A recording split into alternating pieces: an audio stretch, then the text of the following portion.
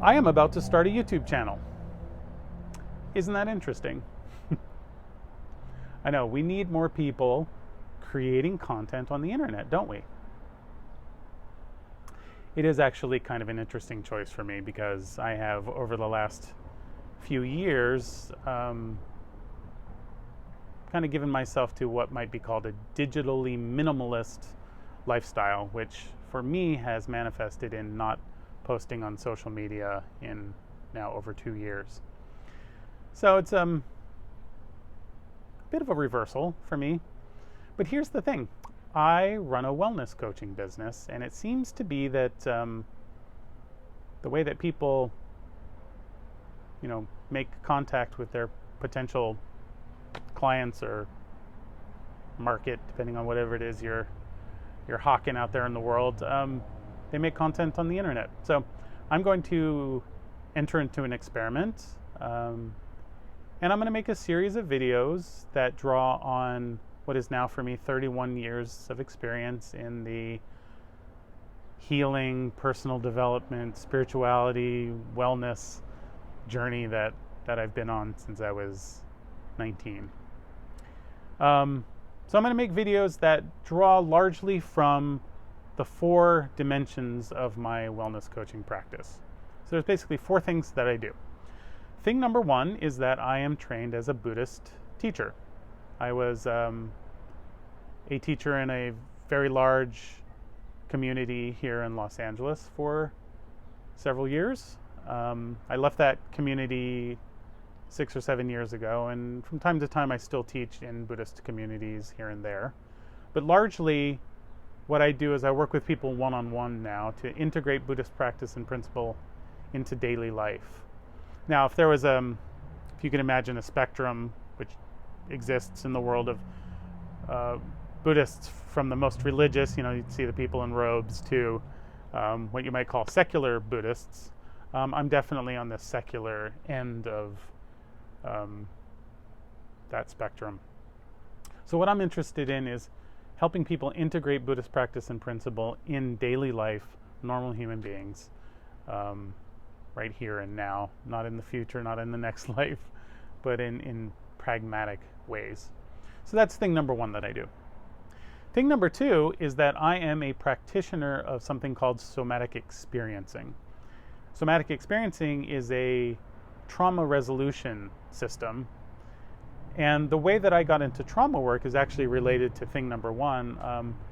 Many years ago, I was on a retreat, and I'd been on many retreats before. In fact, I was teaching silent meditation retreats, and I started to have anxiety and panic attacks, and I just became destabilized in a way that was not good. And I was lucky enough to have somebody there on the teaching staff who was able to say, hey, I think this is probably content that's related to trauma. And that made sense to me because I'd had some definite experiences in my early adult life that most people would probably experience as potentially traumatizing. So I got into this training that for me would last 4 years, and every module of that training was a revelation. It gave me a theoretical framework for understanding myself in ways that Buddhism was never able to. I mean, just simply because Buddhism isn't for that.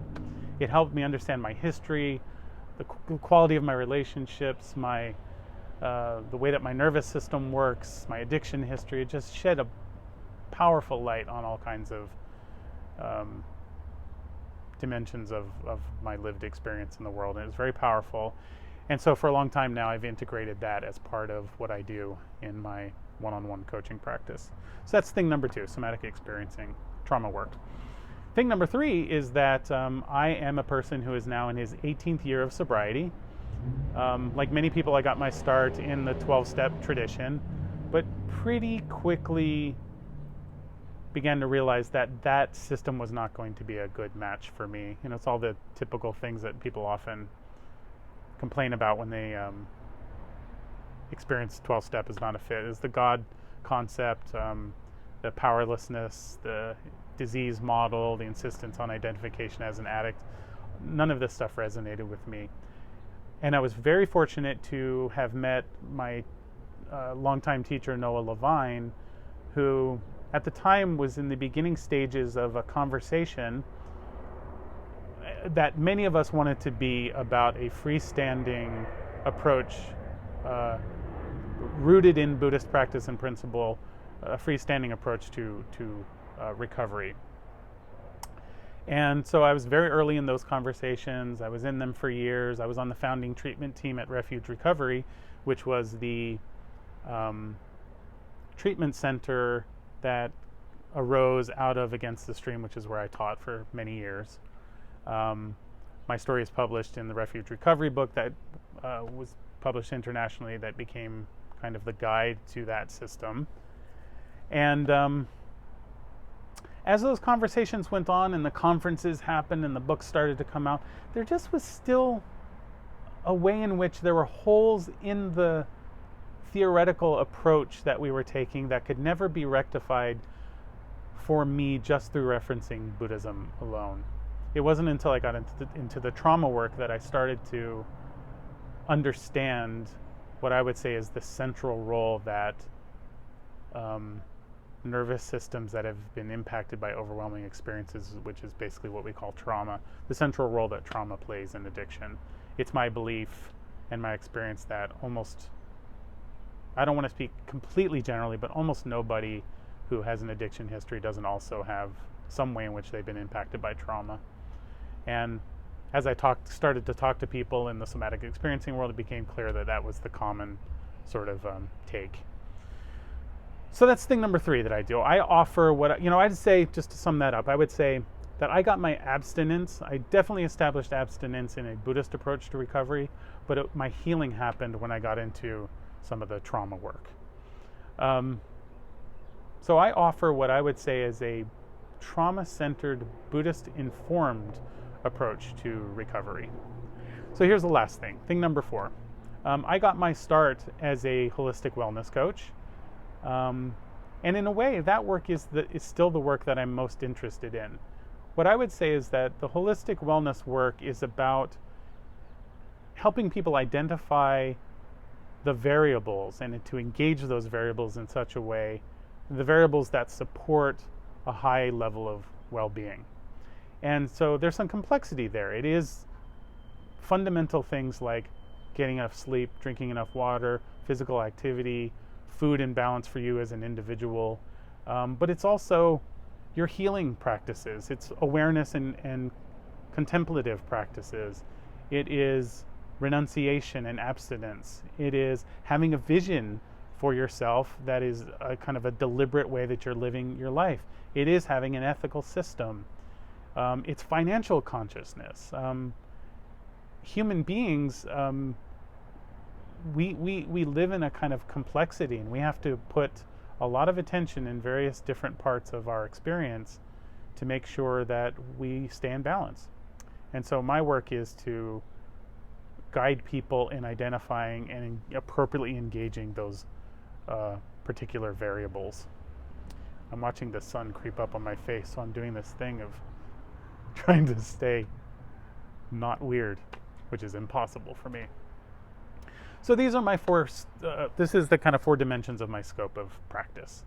My intention is to make videos that I may kind of cycle through each of those dimensions of the work that I do. And of course, these systems all speak to one another, The holistic wellness stuff doesn't work without mindfulness that's rooted in Buddhism. Trauma work is now central to recovery, as is holistic wellness work. Holistic wellness work is a part of recovering from addictive patterns that I think is completely overlooked. So that's the intention, and I intend to do it with sincerity and humor, and I may even sing some silly songs. Those of you who know me know what I'm capable of in that regard. So hopefully I'll have some fun with it. Before the sun takes over my face,